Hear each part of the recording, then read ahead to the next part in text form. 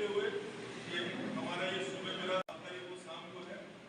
आप लोग सब जानते हैं 7 तारीख को जैसे शुक्रवार के दिन कब्रिस्तान में जाते हैं लोग नमाज अदा करने पढ़ने जाते हैं, तो अगर उस समय हम थोड़ा सा टॉपिक करें कि तरह कोई बच्चे लोग बदमाशी करते हैं, टमाटर छूटते हैं, अगर हम लोग थोड़ा सा पाबंदी लगा दें तो बहुत अच्छे ढंग से लगेगा, करना ही पड़ेगा, क्योंकि किसी दूसरे के मिलकर करना हो तो उनका त्यौहार जो है और सुबह शाम को निकलते हैं नमाज करके दूसरे दिन हमारा होली आते हैं तो आराम से मनाएंगे। हम सब लोग मिलकर अगर एक थोड़ा सा कॉपरेट करें तो हमको नहीं लगता कि हमारे टीचरों में कहीं भी किसी तरह का गंदगोल हो। तो यही आशा और विश्वास आप लोग साथ रखते हुए हम लोग के साथ मिलकर हम लोग की सड़क पर रहेंगे, घटना न हो टीचरों में पुलिस का पूरा कॉपरेशन रहेगा।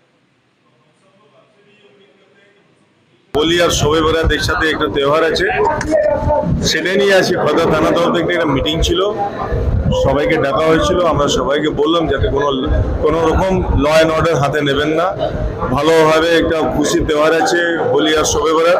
আমরা সব মিলেমিশে যেভাবে আগে শান্তিভাবে আমরা একসাথে মিলেমিশে সব তেওহারগুলো পালন করছি, এটাওকে আমরা মিলেমিশে পালন করব, যাতে কোনো রকম কোনো গন্ডগোল কোনো রকম কোনো অসুবিধা এলাকায় না হয়, সেই জন্য আজকে এটা মিটিং করা হয়েছিল।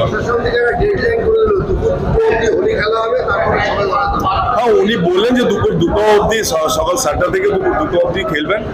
মানে কোনো সেদিন অনেকেই ড্রিঙ্ক করে কোনো গন্ডগোল না করে সেই জন্য নিয়ে একটা ডেডলাইন ঠিক করলো, নাহলে হোলি তো সন্ধ্যা অবধি চলে।